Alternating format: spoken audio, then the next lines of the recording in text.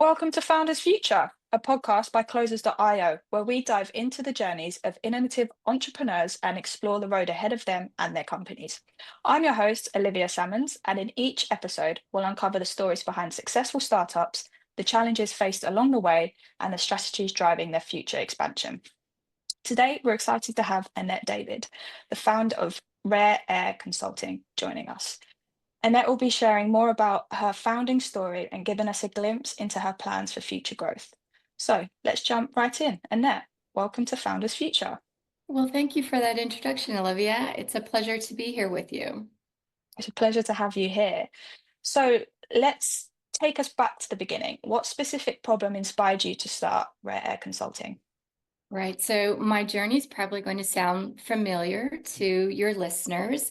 There wasn't a pivotal moment in my life story. It was more of this internal disconnect almost, where I was discontent with what I was doing, where despite the outwardly appearance of success, I had been in the corporate world for over 20 years in human resources. And in 2019, I was actually promoted to what I thought was the pinnacle of my career.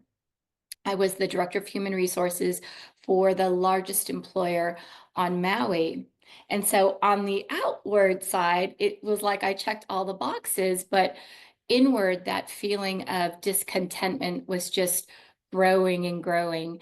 And so that eventually led me to resign from my career and go on what I call a soul sabbatical, where I went to the south of Spain to really kind of start my hero's journey and do my own deep inner work. And I'd always been a learner, so I had brought a lot of personal and leadership development to our corporate teams, and I'd taken a lot myself personally. And so it gave me an opportunity to really immerse myself in neuroscience, in the ancient wisdom, in positive and emotional psychology.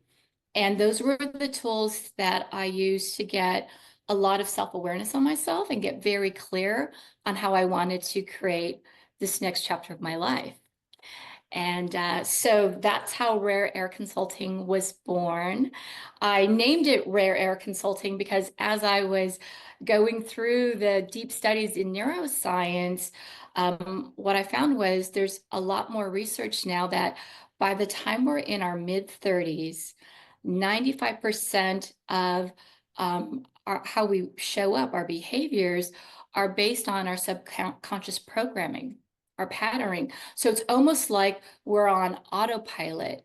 And so I wanted to create a space for other individuals that were very like myself, that felt like they checked all the boxes but felt stuck. And so I work with individuals to do really deep inner work that creates the sustainable outward success. So really understanding what are those subconscious programmings that are driving them, shine a flashlight on that, and then be able to kind of rewire the mindset, reframing it, and then using tools so that it's sustainable along the journey. Love that. So you're combining the corporate world and the spiritual world into one and helping people rewire themselves and move forward. Wow, you've like totally hit it. It's bringing the physical, the spiritual, and then a lot of the intellectual of different modalities all together. And that's kind of like the intersection of where I share the tools with individuals who are ready to really evolve into that next stage of themselves. Awesome, amazing. I mean, it sounds so interesting, just the whole concept of that. And you did touch on your background there. So before launching the business, the influence that you've learned from there, how have you incorporated that into moving forward and the approach that you take? Yeah, and so one of the big keys I will say, and I feel like Einstein kind of really he has a great quote about this. It's like, the world that we live in is created by our thinking. And in order to change our world, we have to change our thinking. And Hmm. so that applies to ourselves. It's like we have to change our own thoughts and our mindset. And so what really helped me make the shift was what I call identity shifting. And it's not like I really had an identity when I was in human resources and playing that corporate role, but I knew that for me to create this next chapter of my life, I had to get really clear on how do I need to show up? Who do I need to be to really live this role, to be able to share these gifts? And so it's creating an identity, which I did. I call myself, it's the way of the evolutionary guide. And then with that, it's what are those virtues and values that now become my compass that guide me? Because what tends to happen is we choose our behaviors based on how we feel. And when you shift it on, these are the virtues, and based on these virtues, these are the behaviors and the action that I'm going to take, right? And so it's creating a really strong foundation that helps guide the shift into this next chapter of your life. And so that's really helped serve me where, because let's face it, being a founder, starting your own business, it's not for the fainted heart. There's a lot. And coming from my HR background, I know my zone of genius is in learning and growing and the transformation, and it's the product creation and all of that. It's not in other aspects of entrepreneurship, right? And so being able to have that resiliency, I like to call it anti-fragile confidence, which is a new term that, is it something that you've heard, anti-fragile confidence? It's becoming a little bit more mainstream. It hasn't, but I can imagine the concept, anti-fragile. I mean, it's almost as if you have to be delicate but aggressive at the same time, is how where my mind goes to straight away. Yeah, Um, no, it's really good. So you think about it, there's normally two mindsets when a challenge happens. So some of us kind of break, we fall under the pressure of whatever that challenge is. And then the second mindset is, well, you know what, I've got resilience and perseverance, and I'm just going to push through it. But we okay. still look at it as a challenge. And the shift in anti-fragile confidence is when obstacles now show up or challenges, it's like, wow, this is really going to help me grow. I'm going to discover parts of myself that have been untapped. So bring it on. And, it's not that far-fetched, because if you think about certain aspects of your life, so like if you've ever played sports, have you ever played sports, Olivia? Yeah, funny enough, I was played at a very high level before getting into the role of podcast hosting. So yes, Fantastic, right? And so did you always want a challenger that was better than you? I did. It helps the competitive edge. So I know exactly where you're coming from. You almost want to beat them and show them at their own game to get an advantage Right. over So them. so I played tennis. 100%. Yep. And so it was the same thing. It's like I wanted the player that was better than me because I knew they were going to challenge me to raise my game. And so it's taking that same, you know, mindset that we've used in other aspects of our life and applying it to, you know, starting our business and the challenges that happen. And so that's anti-fragile confidence there. Amazing. Now, going back to starting the business, now every founder and all the listeners out there will have one story or one pivotal moment where they had to break through a wall. Did you have one in the come up through Rare Consulting? Yeah, well, there was actually a few that were pivotal for me because when you've been in and they might resonate with this, when you've been in a role for so long, people know you in that role. And so breaking in, and it's never like I had to interview for any of my promotions. They were always offered to me. And so putting myself out there was very different. And it actually took a while for me to feel Mhm. really comfortable in sharing this new identity that I had created because it was such a new concept for me. And so there will be, I think, these moments where you have to step outside what feels comfortable. And I remember writing my first blog post that I was going to post on LinkedIn.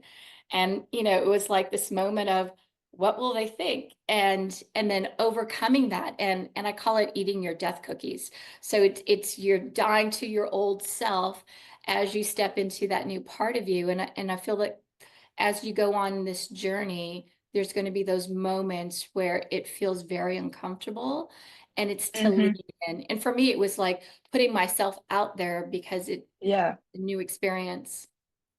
Yeah, 100%. And it is almost just stepping over the line and having the confidence to just, as you said, put yourself out there and own it. You know, things happen, things go wrong, but unless you're putting yourself there, you'll never realize. So, in terms of you and the company itself, how are you going about acquiring these customers and where are you putting yourself out there for people to find you? Right. So, and this is where I feel like when you know your zone of genius and you know that you need partnership to be able to really get out there, that's where I are now collaborating with a marketing individual who really fits uh, what I want to put out. So there's many people out there that will want to sell their services, and the kind of coaching I do is really deep. So it's for individuals that are really ready to shine that flashlight and go into those dark places and be able to just evolve. And so having someone understand that and trust that they're going to partner with the right individuals to bring that out. And then also, it's creating workshops. So workshops, I feel, are a great part where you can introduce people to the tools. And if it resonates with them, then there's opportunities to carry, to advance that and go a little bit deeper. But I feel like it's really important to know who are those partners that are on the same kind of journey. And what I realized too is I'm at a stage where I realize time is so precious. And those individuals that I want to share my time and my talent with are ones that are very purpose driven, that they want to somehow give back to humanity in a more profound way. And so those are the individuals that I really want to spend my time with, because more than ever, I feel like humanity needs that. They need individuals that want to empower us. And I'm sure you see it in HR. I saw this, the old structures are crumbling and Hmm. more people are going out on their own and want their own autonomy and their own sovereignty and want to make a difference for those that don't have the tools. And so I want to be a part of that movement and that journey. Yeah, 100%. And finding the right people and connecting the right people is always, one of the struggles moving forward for everybody. So I can 100% appreciate that and finding the right people for you to help you move forward and grow sounds incredible. In terms of the structure, so if once you've reached somebody and they move on from there, what does that path look like? Do they get a one-to-one session with you? How does that work if they wanted to invest and involve? Yeah, so first I have a conversation with them, and it can last any from an hour to 2 hours, and I want to know their story. And so it goes back to just like the human connection, Hmm. And and if in that hour or 2 hours they get some insight and they're like, Annette, I'm good. I'm like so grateful that that was a seed that was planted and it will grow within them. If they feel like, wow, this is really good, I want more, then there's different opportunities to be able to work with me one-on-one. And so that's where I feel like when it's a fit, I know it's a fit. And so for me, it's how can I contribute to someone, even if in a small way, even if it's just having that, you know, connection for an hour or two, and they are able to like just ripple out that effect in their own network. It's yeah, it's rewarding for me now. Yeah, I can imagine, and awesome to see them grow and achieve their aspirations in front of you, from the help that you've helped them, from the help that you've helped them achieve. Sure. So, going back to rare air consulting, what would be the priorities for growth, and where do you see yourself in, say, the next 12 months' time? Right. So it's really exciting because I'm have more workshops that are in the works. And as I'm connecting one-on-one with individuals, there's more people that they are reaching out to their network. And so I see that as a beautiful cascading effect. And when I think about leadership, and you see it now, like I still keep in touch with some of the HR aspects of it. And Gallup in the United States does a great job of kind of rating engagement. And right now, engagement's at like an all-time low. And we've already seen across the world, right, the Great Resignation and the Quiet Resignation. And so, what has worked before in leadership it's going to become obsolete unless leaders really change.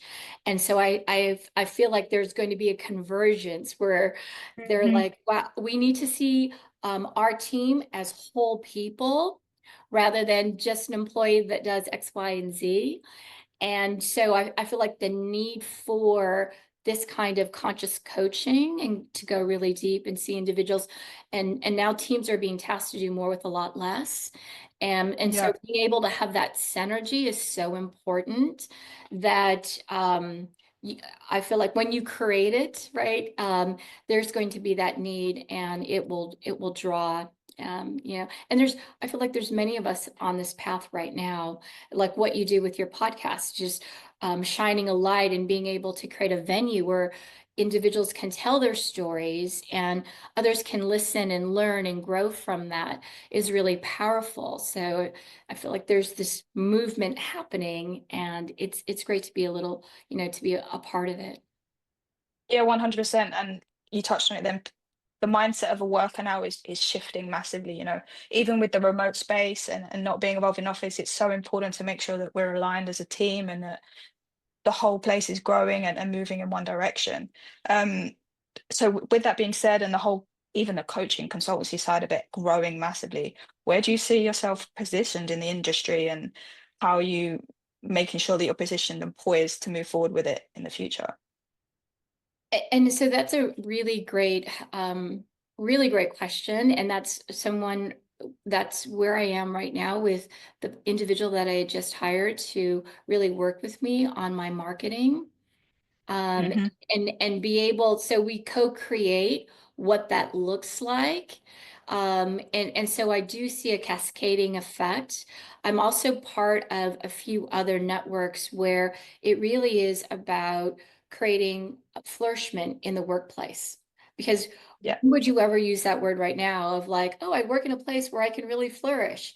And that I feel is going to be very contagious, and people are going to want to bring that in to their companies so that they're flourishing on all levels, not just on the P&L, but also within the teams and also with their customers.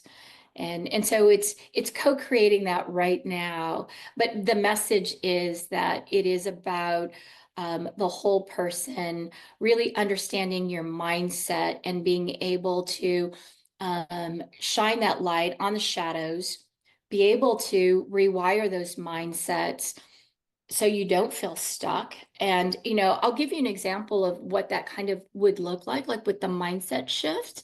And so when I Hmm. realized my programming was all about being achiever. So why would I leave a career where I'm achieving, even though I feel very dissatisfied? And so when you come to the realization of like, oh, I've based my self-worth on what I've achieved rather than who I am and who I'm becoming. That's a huge shift. And once you have a shift in that thought, it changes the whole landscape of how you look at life. And those are the powerful shifts that I want to make with teams and individuals and leaders. 100%. Now, let's move on to this is one of my favorite questions to ask. If you had any resource you could imagine, snap of a fingers, what would be what would be the one identifying thing? Um, sorry, let me start that question again. My mind went completely blank halfway through that. Um, take a breath. Yeah, so if you could identify one thing that if solved with the snap of a fingers, you got a one wish from a genie, um, what would that be, and how would that make the biggest impact on the growth of your business now? Wow, that's a great question, and it's interesting because we think of resources as we launch our company, and it's not to think small, but like big term, right? And so I would say it would be to be on a stage with big influencers, and be able to connect and tell the story and really touch people on a soul level, right? Would be huge to have that resource. Yeah, 100%, just to get your name out there and spread the word as loud as possible. I love Yeah, that. because I really feel it's all about the connection. You can Yeah. post things, but until people see you and can feel you, right? Like um it just there and there's so many people out there, so much noise. And that would be just for myself and how I want to expand. It's all about creating that connection and having that Hmm. opportunity to be on a bigger stage, making that connection would be just, yeah, be huge. Love it. I mean, it sounds incredible, and I'm sure you'll get there one day, and it will happen. It's big things coming. So, what's one or what's the best piece of advice you've received about scaling a business when getting started? Honestly, it's about, and this is what I would tell others too, it's to get radically clear on your why. Just radically clear on your why. Like, what is the ultimate purpose and game that I want to play? And getting really clear and creating that compass so that when the obstacles and the challenges happen, you're not knocked off course. I think that's Hmm. really powerful. And a quote, I mean, I love this quote. I heard it years ago, and I now have it written on my mirror because I love looking at it. It inspires me not to give up. And it's so beautiful. It's by Rabindranath Tagore. And he talks about, I've spent days stringing and unstringing my instrument while the song I came to sing remains unsung. Love that. How peaceful. That So peaceful, and wow, how many of us pass without singing our song? Yeah, And I think that's 100%. so powerful. And we Hmm. and I feel when people feel really stuck and they have that feeling of discontent, it's because they know there's something bigger in themselves. And it's to give 100%. them the courage to like step into that and sing their song and share their magic with the world. Love that. And then speaking of sharing, can we share with all our listeners and future founders out there, um, what would be one piece of advice you would give them if they're looking to start their own journey now? Wow, it would just be that. It would be like, listen to your heart. The head can really knock you off course. Listen to that heart. That heart will always guide you. That's where your true essence is. And that everybody has their own unique song magic within them. And the world is waiting for that more than ever. And now's the best time to like, wow, step into that courage, take that leap of faith of your in yourself and shine, just shine your essence, and share those gifts and those talents and that zone of genius with others. Love it. Absolutely love it. And with that founding and solid piece of advice, that's a wrap and another inspiring episode of Founders Future. I want to thank Annette for sharing her incredible journey and insight with us today. And for all the listeners watching, listening, I hope you enjoyed this episode. Don't forget to subscribe to Founders Future via whatever you listen to your favorite podcast. You can also find more resources and insights at closers.io, where we're delighted to help businesses accelerate at their sales and marketing efforts through world-class systems and playbooks. Until then, keep climbing, and we will see you on the next one.